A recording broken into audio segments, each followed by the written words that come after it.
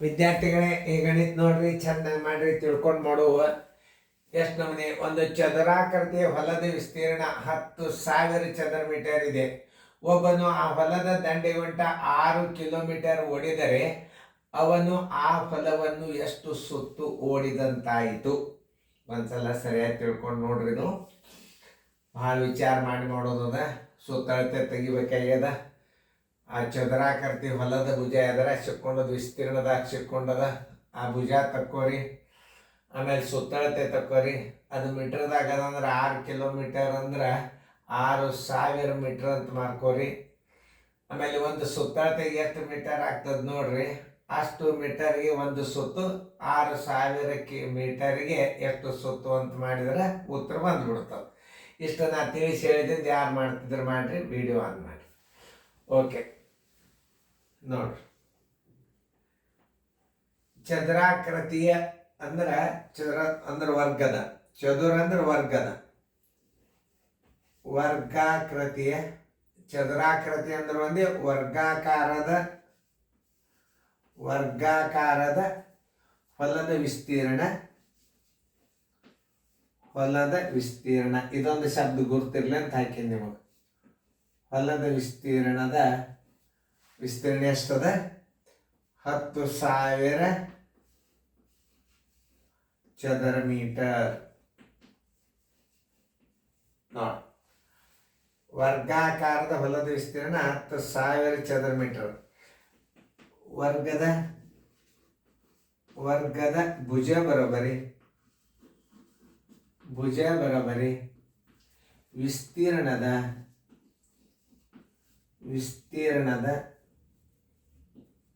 ವರ್ಗಮೂಲ. ವಿಸ್ತೀರ್ಣದ ವರ್ಗಮೂಲ ತೆಗಿಬೇಕು ನೀವು. ಬರೋಬರಿ ನೋಡ್ರಿ, 10,000 1 2 3 4 10,000 ಆಯ್ತು. ಭುಜ ಬರೋಬ್ಬರಿ ಹೆಂಗೆ ಮಾಡ್ಕೋಬೇಕು ನೋಡ್ರಿ. ಇದಕ್ಕೆ 2 0, ಇದಕ್ಕೆ 2 0 ಕೊಟ್ಟು ಬಿಡ್ರಿ. ಅಂದ್ರೆ ಹೆಂಗೆ ಮಾಡ್ಬೇಕು ಅನ್ನೋದು ಹೇಳತ್ತದ. ಇದಕ್ಕೆ 2 0, ಇದಕ್ಕೆ 2 0.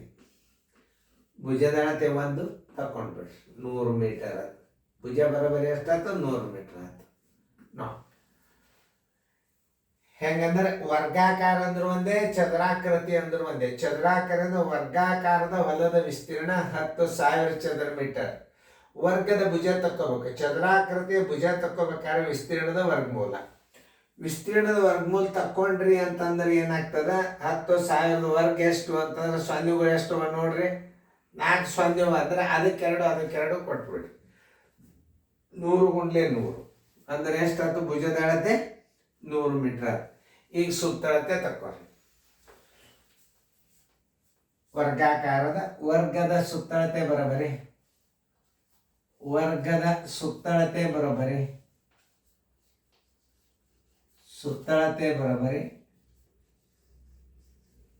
ಭುಜ ಗುಂಡ್ಲೆ 4. ಇದನ್ನು 100 ಮೀಟರ್ ಏನದ? ಇದು ಭುಜ ಅಂತ ತಿಳ್ಕೊರಿ. ಯಾಕೆ ದೂರ ಆಗ್ಯದ ಅಂದ್ರೆ ಇನ್ನೊಂದ್ಸಲ ಬರೀತಂತ. ಭುಜ, ವರ್ಗದ ಭುಜ. ಸುತ್ತಳತೆ ಬರೋಬರಿ ಭುಜ ಗುಂಡ್ಲೆ 4. ಭುಜ ಗುಂಡ್ಲೆ 4 ಬರೋಬರಿ 100 × 4 ಬರೋಬರಿ 400 ಮೀಟರ್ ಆಯ್ತು. ಒಂದು ಸುತ್ತ ನಾವು ತಿರುಗಿದ ಅಂದ್ರೆ ಎಷ್ಟು? 400 ಮೀಟರ್ ತಿರುಗಿದಂಗಾಯ್ತು. ಈಗ 6,000 ಕಿಮಿ ಬರೋಬರಿ 6 ಕಿಮಿ ಬರೋಬರಿ. ಇದನ್ನು ಮೀಟರ್ದಾಗ ಮಾಡ್ಕೊರಿ. 6,000 ಮೀಟರ್ ಅಂದ್ರೆ ನಾವು 6 ಕಿಲೋಮೀಟರ್ ಓಡ್ಯಾನಂದ್ರೆ ಏನಾಯ್ತು? 6,000 ಮೀಟರ್ ಓಡ್ಯಾನಂದಂಗ. 6 ಕಿಲೋಮೀಟರ್ ಅಂದ್ರೂ ಒಂದೇ, 6,000 ಮೀಟರ್ ಅಂದ್ರೂ ಒಂದೇ. ಯಾಕಂದ್ರೆ ಅದು ಚದುರಾಕೃತಿ ಹೊಲವನ್ನು ಎದುರ ಕೊಟ್ಟಾರ, ಮೀಟರ್ದಾಗ ಕೊಟ್ಟಾರ ಅವರು. 400 ಮೀಟರ್ ಬರೋಬರಿ 400 ಮೀಟರ್ ಬರೋಬರಿ ಒಂದು ಸುತ್ತು. 6,000 ಮೀಟರ್ ಬರೋಬರಿ ಎಷ್ಟು ಸುತ್ತು? 6,000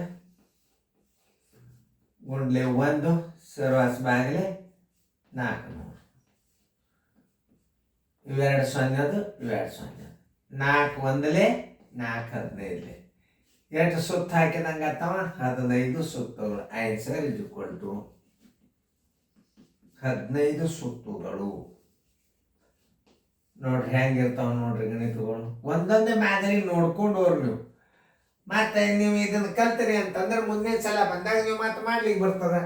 ಅಲ್ಲಿ 5ಗೆ ಕಿಮಿ ಕೊಟ್ಟ 5,000 ಮಾಡ್ಕೊರಿ.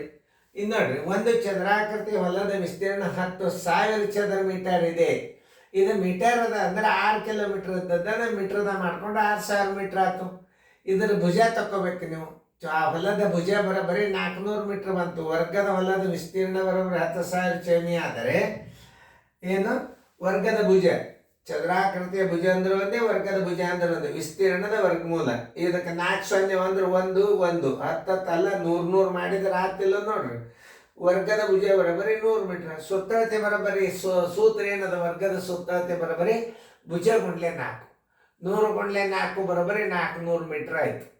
6,000 ಕಿಮಿ ಬರೋಬ್ಬರಿ 6,000 ಮೀಟರ್. 400 ಮೀಟರ್ ಬರೋಬ್ಬರಿ ಒಂದು ಸುತ್ತು. 6,000 ಸುತ್ತಾನ ಅಂದ್ರೆ 6 ಕಿಲೋಮೀಟರ್ ಸುತ್ತಾನ ಅಂದ್ರೆ ರವಣ ಸುತ್ತಾನ 15 ಸುತ್ತುಗಳನ್ನು ಸುತ್ತಾನ. ಉತ್ತರ ಸಂಖ್ಯೆ ಎ. ನೋಡ್ರಿ, ಇಂಥವೆಲ್ಲ ಗಣಿತಗಳು ಬಂದಿರ್ತಾವ ನೋಡ್ರಿ. ಚೆನ್ನಾಗಿ ನೋಡ್ಕೊಂಡು ಗಣಿತಗಳನ್ನ ಕಲಿಯಿರಿ. ಮತ್ತೆ ಇಂಥವು ಮಾದರಿ ಬಂದೊಂದು ನೆನ್ಪಿಟ್ಕೋರಿ, ರಿವಿಷನ್ ಮಾಡ್ರಿ. ಇಂಥ ಗಣಿತಗಳನ್ನ ತಿಳ್ಕೊಬೇಕು ಮನುಷ್ಯ. ಚೆನ್ನಾಗಿ ತಿಳ್ಕೊಂಡು ಫೇರ್ದಾಗ ಬರ್ಕೊಡ್ರಿ.